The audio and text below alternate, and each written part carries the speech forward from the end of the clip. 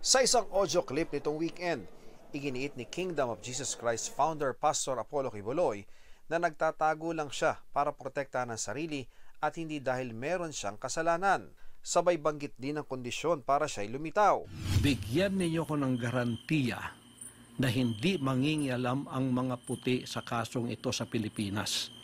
Hindi mangingialam ang FBI, ang CIA, ang US Embassy. Ako po ay lilitaw at haharapin ko ang lahat ng kasong yan kahit saan nyo dalhin dito sa Pilipinas. Ako po, pag nahuli ninyo, hindi ako magpapahuli ng buhay. Barilin na lang ninyo ako. Maliban kung ibigay ninyo ang garantiyang hinihiling ko sa inyo.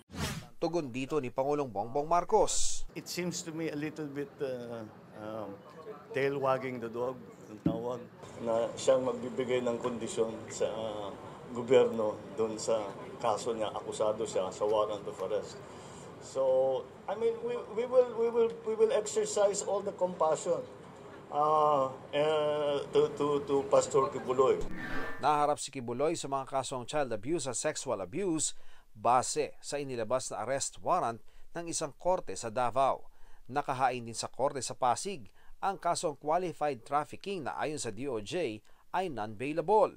Wanted din si Quiboloy sa Amerika dahil sa mga patong-patong na kaso gaya ng sex trafficking, conspiracy at bulk cash smuggling. To Pastor Quiboloy, we've known him for a very long time, and ang mapapangako ko, all the proceedings will be fair. Now, as to the involvement of the United States, malayo pa yan eh. That's going to take years. So I don't think that's something he needs to worry about, quite frankly.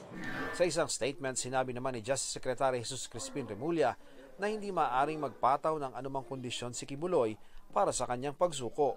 Ang dapat daw na sinusunod ay ang nakasaad sa batas na umiiral para sa lahat.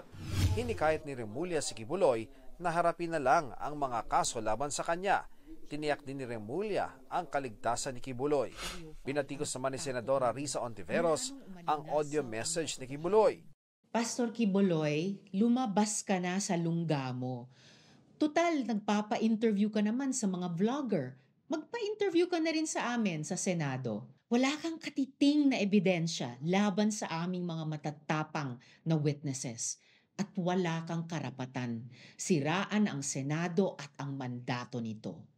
Ang PNP, sinabing pinag-aaralan na ng Firearms and Explosives Division na suspindihin o i-revoke ang lisensya ni Quiboloy na nagmamay-ari ng 19 na armas. Pero dahil itinuturing ng pugante si Quiboloy, maaari na raw siyang arestuhin kahit ng isang sibilyan.